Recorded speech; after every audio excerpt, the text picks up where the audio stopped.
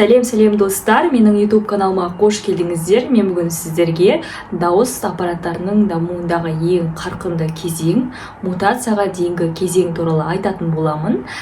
Бұл кезең туралы сіздер көрмей салдың. Алдыңғы видеоны да қарап шығыңыздар. Яғни дауыс аппараттарының дамуы туралы. Егер де сіз сол видеоны көрмейтін болсаңыз, бұл видеоны да толықтай түсіне алмай қалуыңыз мүмкін достар. Сол үшін бірінші видеоны қарап, одан кейін осы екінші видеоға өтсеңіздер болады. Және де достар, егер де видео ұнаса, достарыңызбен бөлісіп, лайк басып, өздеріңіздің пікіріңізді қалдыруды да ұмытпаңыздар. Олай болса, бастайық. Жаңа айтып кеткенімдей, дауыс аппаратының ең даму кезеңінде қарқынды кезеңдерінің бірі бұл мутацияға дейінгі кезең. Яғни бұл кезең бізде 7 мен 13 жас аралығын қамтиды. Осы аралықта біздің дауыс шығару аппараттарымыз, дауысты өңдеу аппараттарымыз, олардың көлемі ұлғайып, біздің дауысымызда өзгере бастайды. Мысалға, көбінесе байқасаңыздар, 13 жасқа толған кезде ер адамдардың дауыстары жуандасып, қыздардың дауысы да жіңішке немесе жуан болып өзгеріске ұшырап жатады. Яғни бұл дегеніміз біздің дауыс аппараттарымыз қарқынды түрде дамып жатыр, соның әсерінен біздің дауысымызда өзгеріп жатыр деген сөз. Және де достар, алдыңғы видеода айтып кеткеніміздей, әр балада өзінің бала дауысы болады екен, және де ол бала дауыс мектепке барғанға дейін немесе 7 жасқа дейін сақталады. Яғни сіздің балаңыз болса, оның сол бала дауысы 7 жасқа дейін сақталып тұрады, одан кейін барып ол басқа түрге ақырындап ауысатын болады.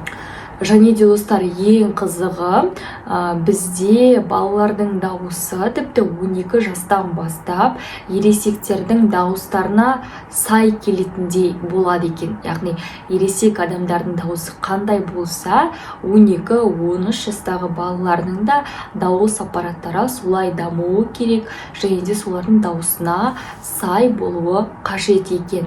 Және де осы ретте достар, егер де сіздерде де дауыс аппараттарыңызда сөйлеген кезде түрлі кемшіліктер болса, олардың барлығын сіз анықтау үшін осы кезеңдерге бөліп алып, сол кезеңдердегі өзіңіздің дауысыңызға анализ жасап шығуыңыз қажет. Мысалға, сізде бала дауыс 7 жасқа дейін қалай болды? Бала дауысыңыз өте жақсы болып, кейіннен осы мутацияға дейінгі кезеңде, яғни сөйлеу аппараттарыңыз кеш дамып, немесе дұрыс дамымау салдарынан сізде кекештік, немесе тағы да басқа түрлі сондай проблемалар туындауы мүмкін. Оның барлығын сіз анықтау үшін әрине өзіңіз жұмыс жасауыңыз қажет болады. Және де немесе логопед маманға жүгініп, өзіңіздің проблемаңызды анықтап, оны дер кезінде шешуіңіз қажет. Достар, бізде бала дауысы 11-12 нотаға дейін дамиды екен, және де сол дауысты сіз ары қарай дамыту арқылы өзіңіздің дикцияңызды жақсарта аласыздар. Достар, осымен біздің бүгінгі видео аяқталды.